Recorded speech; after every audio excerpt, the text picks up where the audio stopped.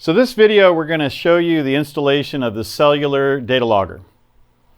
Okay, this installs on the bottom of the inverter. I'm going to get down here, and there's a little screw cap that covers the port for the data logger.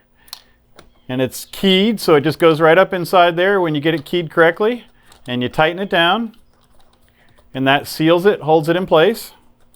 We're going to get it all the way tight, just because we'll make sure it doesn't loosen up on us. All right. And then we're going to go to the app. Okay, we're going to go to the Solis app.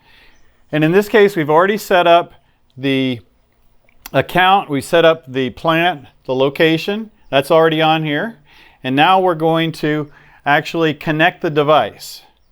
And now we have to scan the cellular data logger to go along with the system. So we're going to click on the system. We're going to click on device on the app. We're going to click on add device. Now we're going to scan the device. Adding succeeded. All right. So now we've added the logger. It's in the system. And now we'll be able to bring this up on our phone and see what's going on the system. Check it out. Look at that. How sweet is that?